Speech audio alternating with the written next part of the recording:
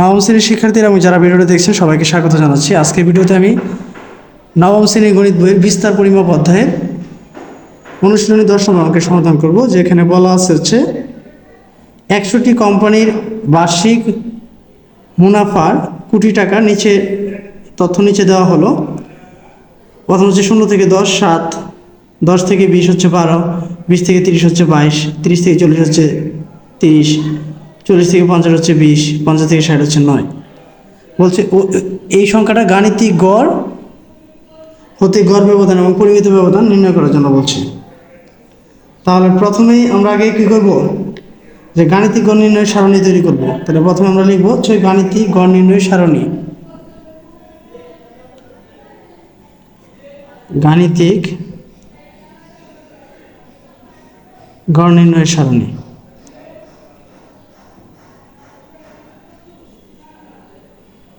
প্রথমে থাকবে হচ্ছে মুনাফা, যে টাকাটা বা শ্রেণী। তারপরটা থাকবে হচ্ছে মধ্যমান।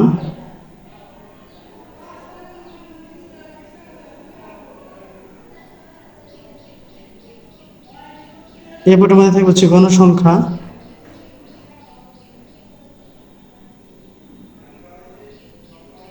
এরপরটার মধ্যে থাকবে হচ্ছে ধাপ বিচ্যুতি।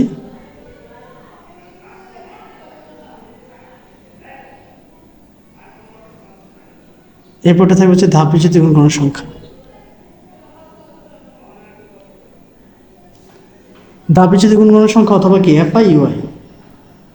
আমরা সংক্ষেপে লিখে ফেলি এফআই ইউআই। ধাপ বিচ্যুতি হচ্ছে ইউআই, এফআই হচ্ছে গণসংখ্যা, এক্সআই হচ্ছে মধ্যমান। তাহলে এখানে প্রথমে শ্রেণীবৃত্তিগুলো যদি লিখি, প্রথম হচ্ছে 0 থেকে 10, তারপর হচ্ছে 10 থেকে 20, 0 থেকে 10, 10 থেকে 20, 20 থেকে 30, 30 থেকে 40, 40 থেকে 50,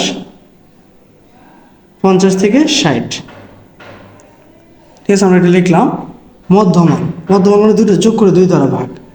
তাহলে 0 আর 10 যোগ করলে হচ্ছে 10, 10 2 দ্বারা ভাগ করলে হচ্ছে 5, তারপরটা হচ্ছে 15, তারপরটা হচ্ছে 25, তারপরটা হচ্ছে 35, তারপরটা হচ্ছে 45, তারপরটা হচ্ছে 55। গণসংখ্যাগুলো প্রথম হচ্ছে 7, তারপরটা হচ্ছে 12, তারপরটা হচ্ছে 22, তারপর হচ্ছে 30, তারপর হচ্ছে 20, তারপর হচ্ছে 9। এবার ধাপ বিচ্যুতি কীভাবে নির্ণয় করবো? ধাপ বিচ্যুতি নির্ণয় করার নিয়ম হচ্ছে, প্রথম আগে দেখবো এখানে কয়টা ঘর আছে, 1 2 3 4 5 6। 6 নম্বর ঘর হচ্ছে অর্ধেকের পরেরটা, তার মানে 6-এর অর্ধেক হচ্ছে 3। আমরা 4 নম্বর করে 0 লিখবো। 1 2 3 4, 4 নম্বর করে 0 লিখবো। উপর দিকে হলে -1 -2 -3, আর নিচের দিকে আসলে হচ্ছে 1 আর 2। এবার এফআই ইউআই, 3 7 21 -21, 12 2 24 -24, 22 1 22 -22, 30 সাথে 0 গুণ করলে 0, 20 1 20, 9 2 18। ঠিক আছে। আর এন দ্বারা প্রকাশ করা হচ্ছে মোট গণসংখ্যা। 7 12 22 30 20 9 সব যদি আমরা একত্রে যোগ করি, 20 30 50 70 80 90 100। আর সামেশন এফআই ইউআই, এটা হচ্ছে এই দুটা, এই মাইনাসগুলো একসাথে যোগ করে তারপর প্লাসগুলো একসাথে যোগ করলে হবে। তাহলে যোগ বিয়োগের ফলটা আসবে হচ্ছে -29। তার মানে আমরা এফআই ইউ এর মান বের করতে পারছি, সবগুলো বের করতে পারছি। এখন আমাকে যেহেতু গাণিতিক গড় নির্ণয় করতে বলছে, তো গাণিতিক গড় নির্ণয়ের সূত্র লিখবো। যে আমরা জানি গাণিতিক গড় এক্স বার, গাণিতিক গড় x bar equal a plus summation f i u i by হচ্ছে এন ইন্টু হচ্ছে এইচ। এটা হচ্ছে বিচ্যুতি শ্রেণীর মধ্যমান। এই যে বিচ্যুতি শ্রেণীর মধ্যমানটা হচ্ছে এ, আর এখানে এইচ হচ্ছে শ্রেণী ব্যবধান। শ্রেণী ব্যবধান হচ্ছে 10, এবং এন হচ্ছে মোট গণসংখ্যা হচ্ছে 100। কারণ এখানে যদি মানগুলো বসায় দিই, এর মান হচ্ছে 35 প্লাস সামেশন এফআই ইউ এর মান হচ্ছে -29, এন মানে মোট গণসংখ্যা 100 ইন্টু হচ্ছে 10, প্লাসে মাইনাসে মাইনাস, 29 10 হচ্ছে 290, নিচে হচ্ছে 100, 2.9। তো এটা থেকে এটা যদি বাদ দিই তাহলে আসবে হচ্ছে 32.1। এই হচ্ছে আমার গাণিতিক গড়। এ হচ্ছে আমার গাণিতিক গড়। 10 নম্বরের যে গাণিতিক গড়। এবার বলছে গাণিতিক গড় হতে গড় ব্যবধান, গড় ব্যবধান এবং কি পরিমিত ব্যবধান দুইটা আমরা একত্রে করে ফেলবো একটা সারণীর মাধ্যমে। ঠিক আছে, তাহলে এই সারণীটি একটু বড় হবে। তাহলে আমরা এখানে লিখি যে গাণিতিক গড় হতে গড় ব্যবধান এবং পরিমিত ব্যবধান, গাণিতিক গড় হতে গড় ব্যবধান ও পরিমিত ব্যবধান।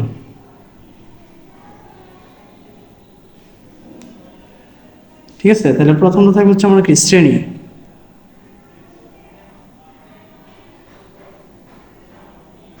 তারপরে থাকবে হচ্ছে মধ্যমান,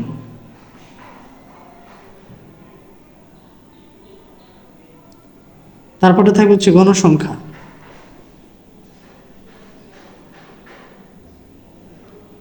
তারপরে থাকবে হচ্ছে X A minus M E, sorry X A minus x bar, গড় থেকে গড় ব্যবধান। তারপরটা হবে হচ্ছে F I into X A minus x bar, তো গণসংখ্যার সাথে এটা গুণ হবে। তারপরে কলমে হচ্ছে X I minus x bar square বর্গ। ঠিক আছে, আর এরপরটার মধ্যে হবে হচ্ছে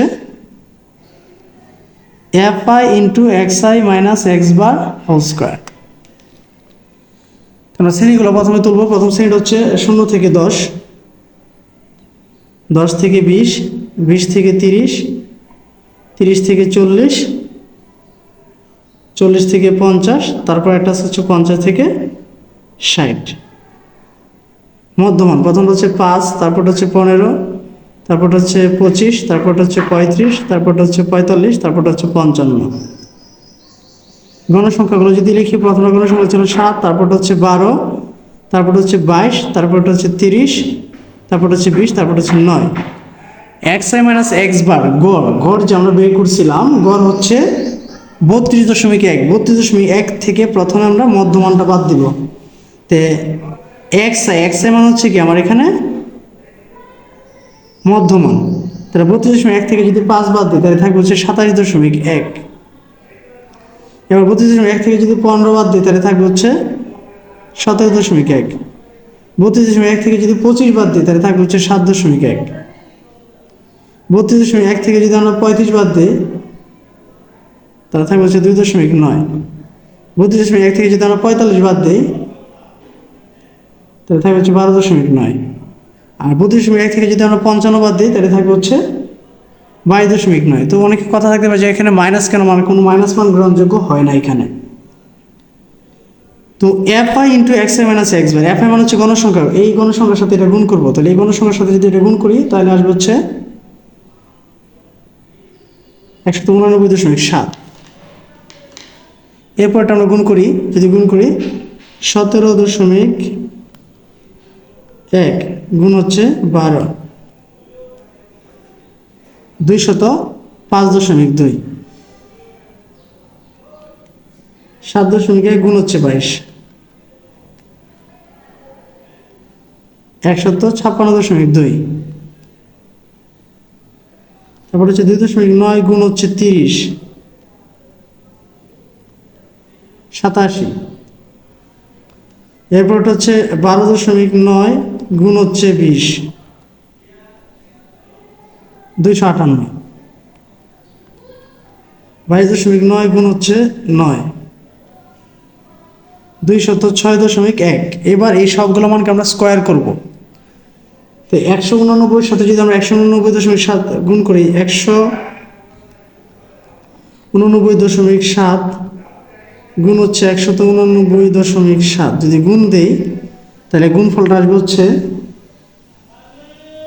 sorry x I minus x bar square. এই 27.1কে আমরা স্কোয়ার করবো। 27.1 গুণ হচ্ছে 27.1,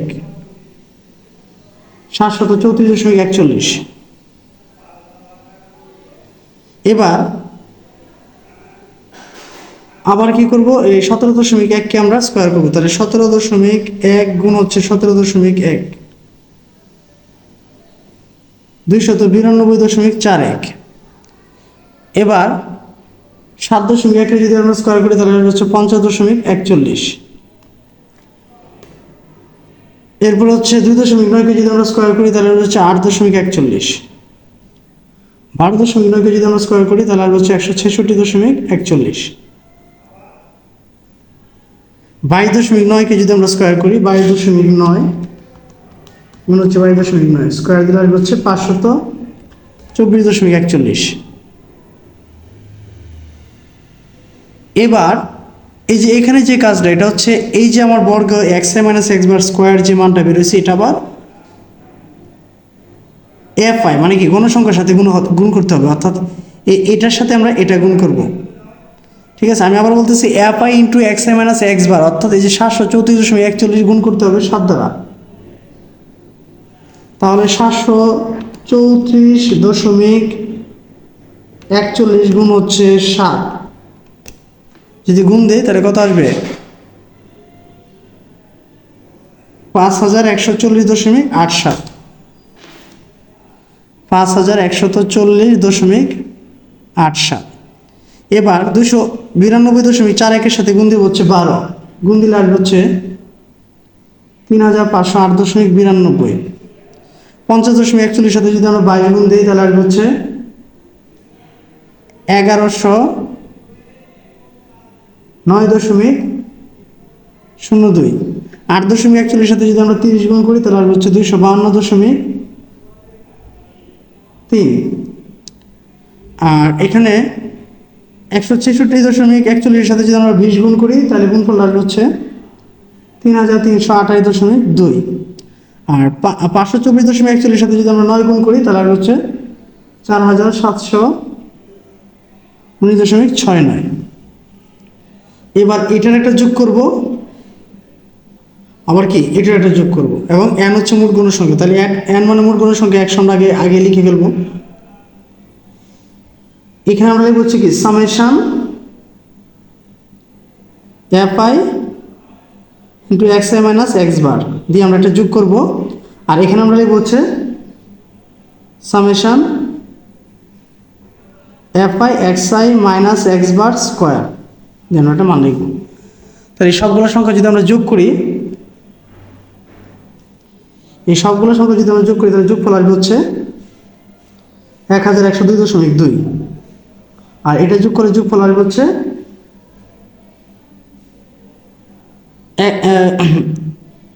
18,059। ঠিক আছে, তাহলে একটা হচ্ছে কি যে গাণিতিক গড় থেকে গড় ব্যবধান, এটা হচ্ছে এটা, আর এটা হচ্ছে কি পরিমিত ব্যবধানের জন্য। তাহলে প্রথম আমরা লিখতে পারি যে গাণিতিক গড় থেকে গড় ব্যবধান, আমরা এখানে লিখব হচ্ছে গাণিতিক গড় থেকে নির্ণীত গড় ব্যবধান।